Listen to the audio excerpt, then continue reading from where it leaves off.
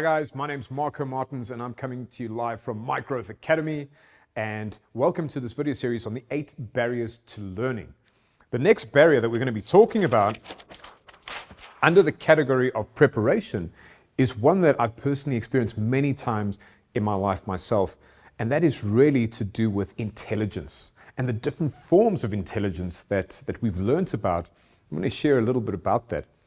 But I'm going to tell you a quick story. Years ago, I was living in England and I was going through a pretty rough time. It's not a place I particularly enjoyed. I mean, for those of you that don't like the cold, you'll know exactly what I'm talking about. How many of you can relate to that? England was not a place that I wanted to live, but I had a really interesting day because it was the middle of their winter. It was the 14th of February. It was Valentine's Day. I'd just come out of a really bad relationship, and I remember having a really difficult day because all these people, these couples are walking around and you can see they're happy and I was just miserable. What made it worse was there was a fatality on the line of my train, which basically means someone got in the way of the train, and that means there were these huge delays in trying to get onto the train. Well, after about an hour of waiting to get onto the train, I finally got onto this jam-packed train where there were people literally standing this close to me. And because of the culture, you don't talk when you're on these trains. And I just remember being completely despondent and just feeling very sad and helpless and hopeless and irritated and angry and all of those things. And I drove a fold-up bicycle around that time, and I unfolded the bicycle when I left the train station and I started riding home. And the streets were a bit wet, as they usually are around that time of year. And as I'm riding my bike, I'm going to climb the curb on the street. The curb is literally about that high. And I'm thinking, oh, it's easy. I've done it a million times. Well, this time, I try and take the curb, my back tire goes out, and I go tumbling. Boom, boom, boom. And the street's completely empty, and I'm lying there, and I'm angry, and I'm just completely upset. And that's where I realized I had a whole lot of thoughts about why I'd arrived there at that point, okay? I was thinking that things weren't going very well. That was my IQ. That was the level of intelligence that I was aware of at that moment. And my thoughts led to the next very important moment that happened to me there, because I had a choice. I had a choice in the terms of my thinking. I could have lay there on the street and complained, but there was no one else around and no one was going to listen to me. Nobody even cared. Nobody even knew that I was there, really.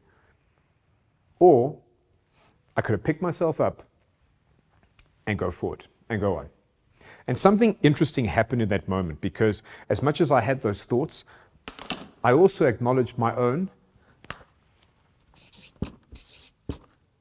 emotions, my EQ, my emotional quotient.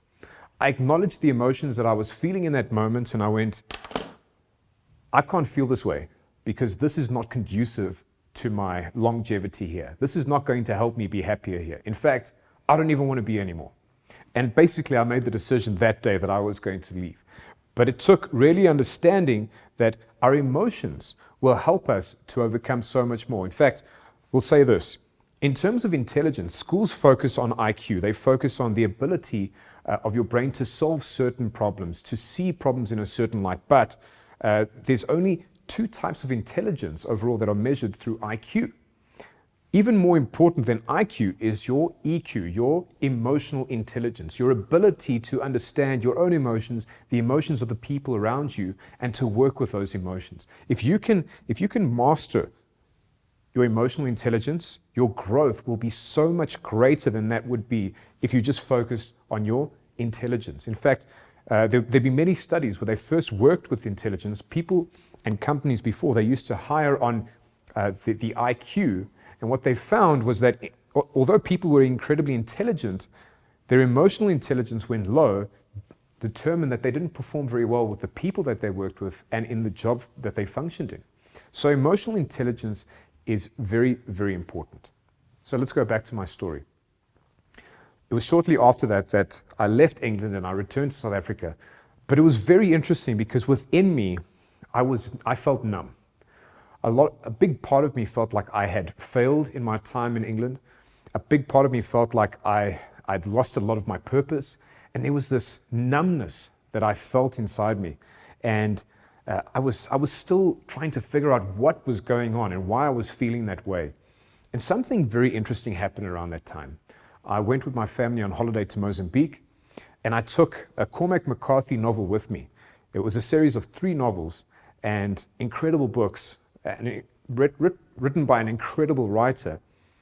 And in those books, there was a character who went through some of the things that I'd gone through, some of the things that I had experienced in his own way, but I could totally relate to them. And as I was reading the book, they got to this one part in the book where this person is so angry that the stray dog comes past him and he chases the stray dog away. And it's only after that he's chased the stray dog away that he realizes he's alone. He starts calling for this dog. He starts calling it back and he breaks down. And that hit me so hard. And it was like something had unlocked inside me and I started crying as well. And I just remember that numbness that I felt just left me completely. And it was only a long time later that I realized there's an intelligence that is greater than so much of what we can achieve ourselves. And that I'm going to call this intelligence over here GQ. No, not the magazine, but I'm going to call it God's quotient. You see, the Spirit of God lies within us, and there's so much that it's trying to teach us, trying to tell us, trying to lead us towards. But when we get lost in intelligence, we actually refute or just close the door to God's intelligence that can operate in our lives. That over there, that God's quotient supersedes any other form of intelligence that we might ever achieve in our lives. Because when we focus on the purpose that God has put in our hearts, but also the unique gifts that God has given us, and start to build that relationship with God, our growth is infinite. There is no limitation to the growth that we can achieve there. So I tell you this in the hopes that you start building up your GQ instead of your EQ and your IQ, because that's going to take you so much further than anything else could. I hope you guys have gotten value from this video. Please remember, before you leave, to subscribe to our YouTube channel, like our Facebook page, and follow us on SoundCloud. Take care, guys. Bye-bye.